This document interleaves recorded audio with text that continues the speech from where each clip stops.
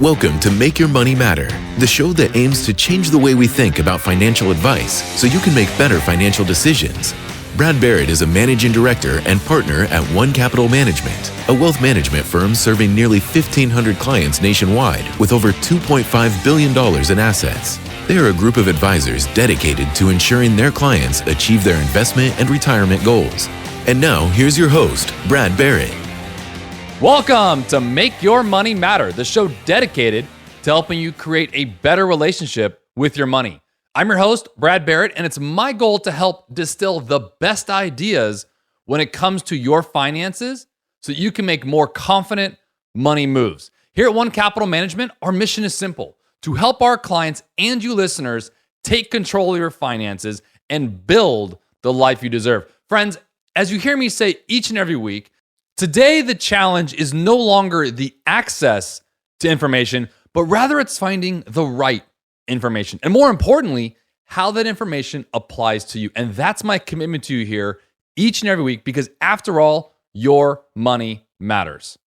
As you may be listening to this week's episode, either on the eve of our new year of 2022, or maybe the first day of 2022, as we are distributed here on a Friday, which happens to be December 31st, I want to take a look at some of the changes that are happening in the financial world heading into 2022, as we also reflect on 2021. So before we get started on this week's episode of Make Your Money Matter, to find out more about myself or any one of our advisors here at One Capital Management, you can go to our website at onecapitalmanagement.com. You can actually click on the media tab, and there you'll be able to download and subscribe to Make Your Money Matter podcast. You can also download the podcast anywhere you would otherwise download a podcast, whether that's Spotify, SoundCloud, the Apple app on your phone, or Google Podcasts. Leave us a review. Tell us how we're doing. It's always good to hear feedback. And this year,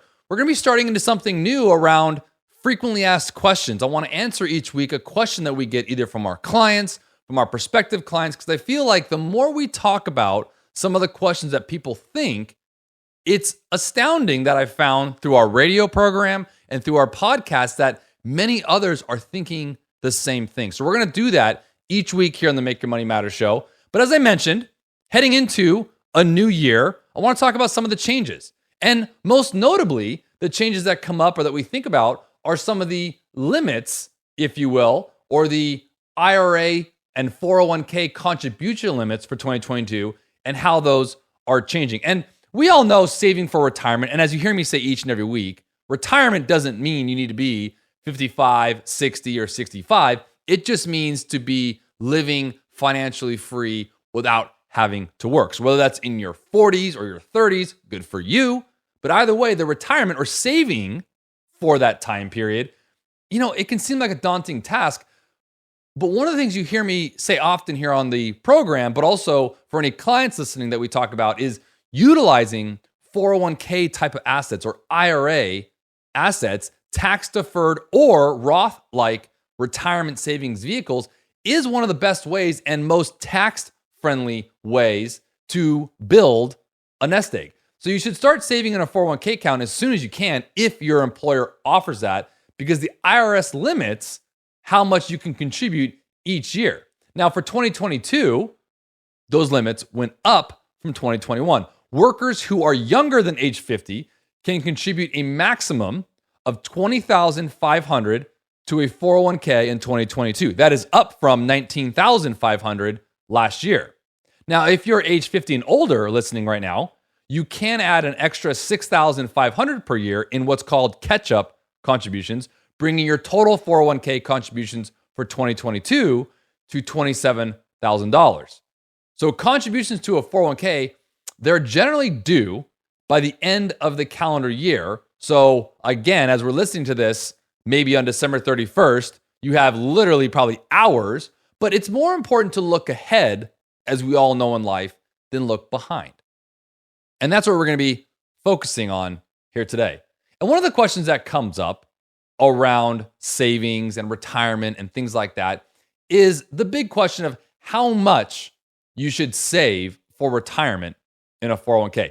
So you can Google this, you can white paper. You can talk to your friends, your colleagues, family members, but there's a consortium, if you will, of experts that recommend that workers save at least 15% of their income for retirement, including any employer match. So for instance, if your employer contributes 3% as a match in your 401k plan, then you would need to save an additional 12% to get to what the experts are recommending at a 15% of your income. Now, if you aren't saving that much right now, increase your contributions each year until you reach that goal. One of the things I talk about heavily when it comes to planning, and especially for those in our categories of clients that call in that haven't put together a plan yet, all of a sudden they get this almost coffee-like buzz rush when we build this plan. It's like, oh, Brad, it looks great. We're going to do this, this, and this. And I tell them it's okay to have a few years to build this out. We don't want that instant overnight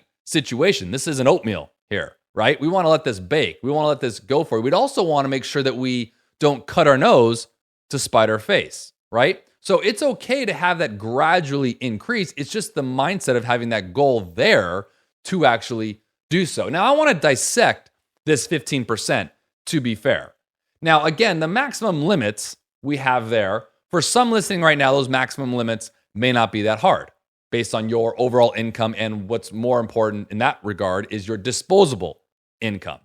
But for those that see those limits as really lofty and high, it's really important to make sure that we focus on the more granular details, which is how much per paycheck you should be saving.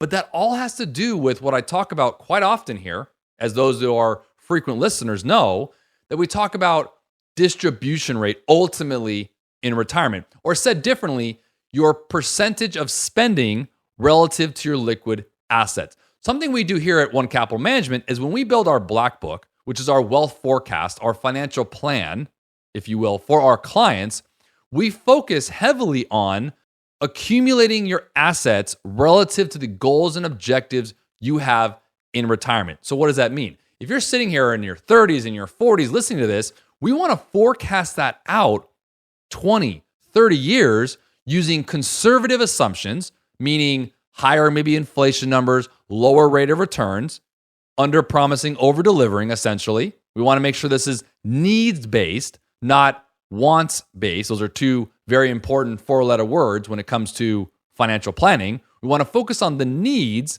of what you need to bring in to keep the lights on, feed yourself, right? And we focus that as relative to your investments and your savings. That gets, in my opinion, to a more specific number than some broad stroke 15% that's generalized based on a bunch of experts across the country.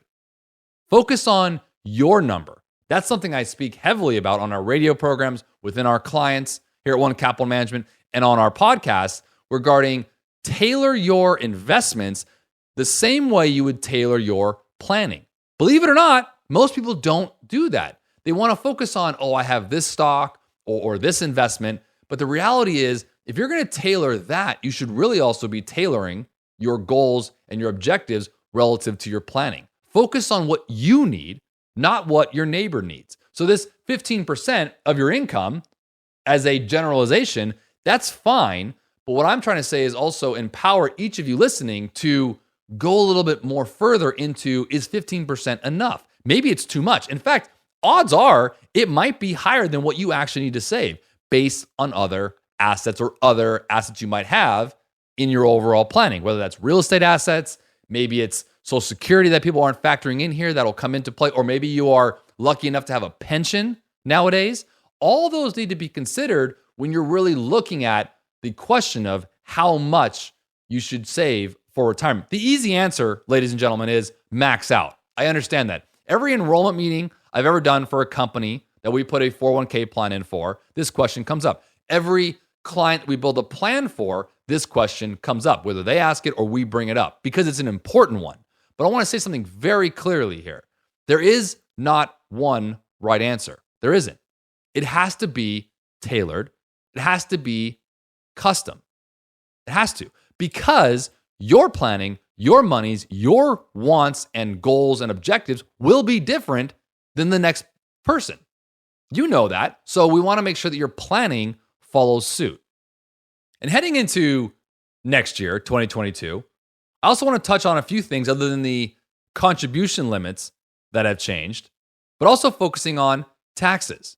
Taxes are a really important factor to consider heading into next year with what many are perceiving and we're seeing as higher income tax brackets. So it's really important to make sure you have a coordinated team with your advisor and your tax preparer that are looking at what I call the bracket game, making sure that we maximize the most out of the lowest bracket you can be in.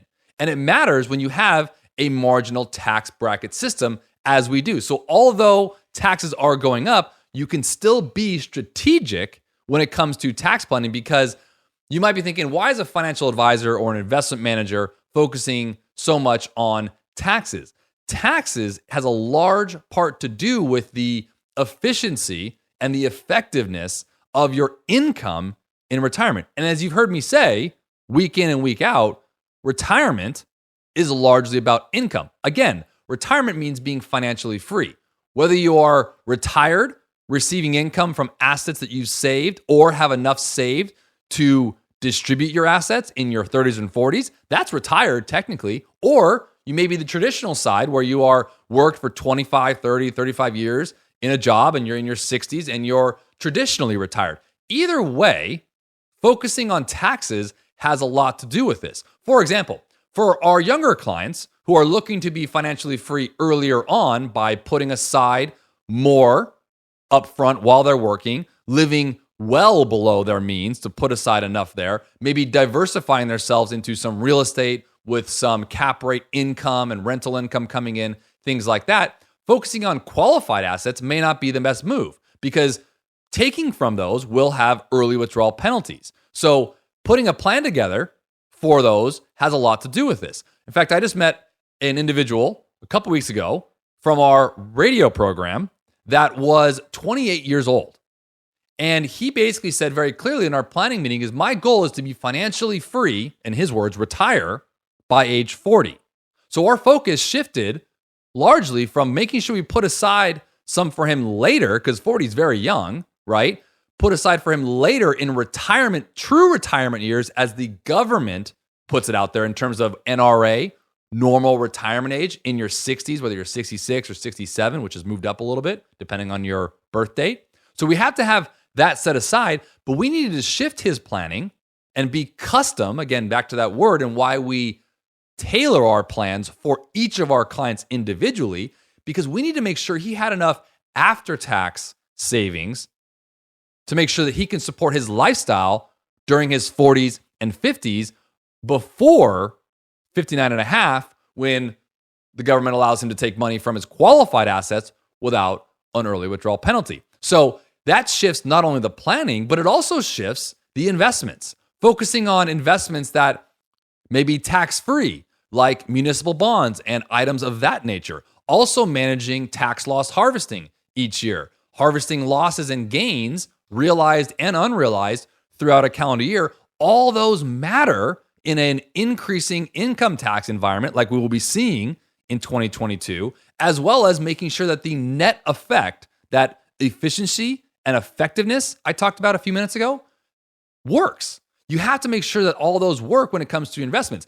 You can say loud and clear, hey, I'm making a 6% rate of return, but in reality, if you're paying a bunch of taxes on that ordinary as short term, that may be like 3, 3.5, or 4%, depending on your income bracket. It matters. The net matters. So taxes in 2022 should have a lot to do with your planning and your investments. And that brings up the last thing I want to talk about today on this week's episode around traditional 401ks versus Roth, or traditional IRAs versus Roth. Now, a 401k works best for someone who anticipates being in a lower income tax bracket at retirement than they're in now. Now, conversely, Roth is the opposite, right? They're assuming that taxes are going to be higher when they're in their retirement years, their true retirement years of 60s. Therefore, they'd rather pay taxes now and contribute to Roth on a post-tax basis now to receive that income later tax-free, because they perceive they're going to be in a higher tax bracket than they are now. For example, on a traditional 401k, let's say someone is currently in the 32% or 35% tax bracket, but they're able to retire maybe in the 24% tax bracket. Well, the numbers would shake out that say, okay, I'd rather defer at a higher tax bracket and pull out at a lower tax bracket. There's one big thing that needs to be brought up here, though, is we don't know what our retirement years hold. We can assume, and I think we all can agree, you can get a bunch of economists together, a bunch of financial gurus together, and a bunch of just general people together and line up and say, do you think pragmatically and logically thinking we're going to be in a higher tax environment in the next 10 or 20 years? I think a large part of people will think that the answer is yes to that, but we don't know. So employers have been increasing tax diversification in their retirement plans by adding Roth 401ks for those that actually think they're going to be in a higher tax bracket in retirement. And these accounts combine features of Roth IRAs and 401ks. So contributions that go into a Roth 401k after you've paid taxes on that money. As I mentioned, you're contributing with post-tax dollars. You can withdraw contributions and earnings tax and penalty free if you're at least age 59 and a half and have owned the account for 5 years or more. Basically the same rules as a Roth IRA. Now, you'll also be required to take minimum distributions from a Roth 401k once you turn 72, which is different because you might be able to avoid RMDs if you can move the money from the Roth 401k to a Roth IRA, which is not subject to RMD.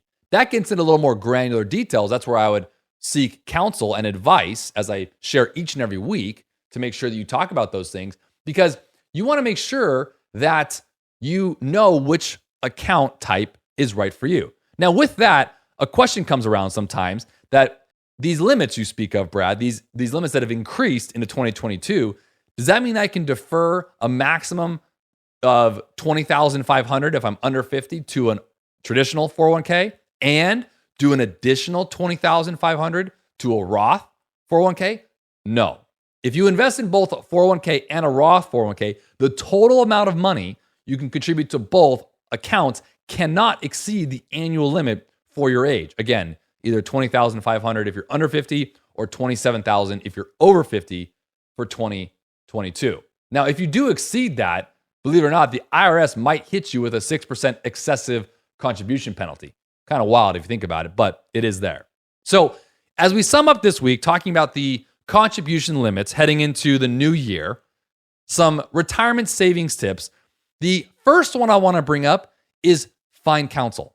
Find your advisor. I know I preach on this every week, but it is important. In fact, last week, we got invited to a neighbor's Boxing Day party. It's the December 26th every year. It's a British tradition, technically. And it was an interesting party because we started talking about some of the dinner conversations around finances and the world and the economy and things like this. And one of the ladies there, my neighbor, was actually talking about how she just retired. She's early 70s. She has a couple 401ks. She was a doctor, and she called Fidelity, a very large custodian, trying to merge them all into an IRA. And she just kept getting this script from this guy that was basically trying to upsell her on some things through their custodian. And sadly, I had to say, that's not that uncommon. So one of the things she was trying to avoid was RMDs and understanding the nuances between RMDs and a 401k and an IRA. And I remember saying to her the other night, you summed up a lot of the advantages and values that an advisor can bring to a client to help basically avoid landmines. These are not the landmines that would show up on a statement showing a rate of return that I know many people will judge an advisor on. And it's very important, don't get me wrong. Or the other one, which is fees. How much am I being charged, or how much are you charging me, right? Those are two important questions, but you also want to ask some of the things that don't show up on paper that are really valuable. Time is the most valued commodity you and I have. We all know this. So understanding that her hours she spent of agonizing pain just trying to do a very simple task could have very easily been avoided by working with an advisor. So little things like that add up. So my number one retirement savings tip heading into the new year is find counsel, find your advisor, build that trust. You also want to look at maximizing your retirement savings if you can, if it's in your disposable income. And if you don't know, again, to my question earlier about how much is right for you, again, your advisor can help you with that. Once you turn 50, for those listening, understanding your catch-up limits is really important, because if you have more income inside there that you can defer, do it. Especially if you're doing it in traditional side, because you're able to lower your tax burden if you're deferring. And again, if your employer offers matches to your contributions, look there first before looking elsewhere, because that's essentially free money. So you want to make sure that you look at all of these savings tips heading into the new year, understanding what works for you. And again, if you haven't found that advisor, and as my number one note that I always mention about retirement savings and some of the questions that we went through on today's episode, reach out to us. We're happy to help. You can call us at 805-410-5454. You can also text us. You can text the word track to 805-410-5454, and we'll reach out to you. We offer a complimentary, with no obligation to become an ongoing client, a complimentary retirement track review meeting where we will help you build your own black book, your own custom and proprietary financial plan, answering all these questions for you and having great dialogue and context around how to properly place your investment portfolio, the right asset mix between the types of accounts you own, the stuff that we talked about today. That's how we're going to build that for you. So again, you can reach out to us at 805-410-5454. Again, you can text us at that number to 805-410-5454, or you can go to our website at onecapitalmanagement.com, and there you can set some time with myself or any one of our advisors here at One Capital Management.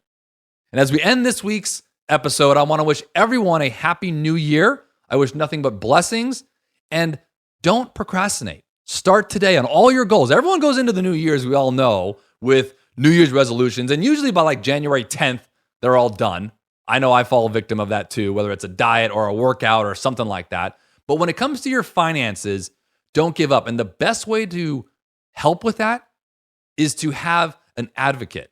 Have someone there, an accountability partner there helping you. That's where an advisor comes in. That's what I would wish each person, whether it's us or someone else in your community, find that person that you can help guide you. That matters to avoid some of those landmines, as my neighbor mentioned the other night. It's really important. Make sure you focus on a lot of those things as it comes to your planning for 2022. And I want to thank each of you for listening this week.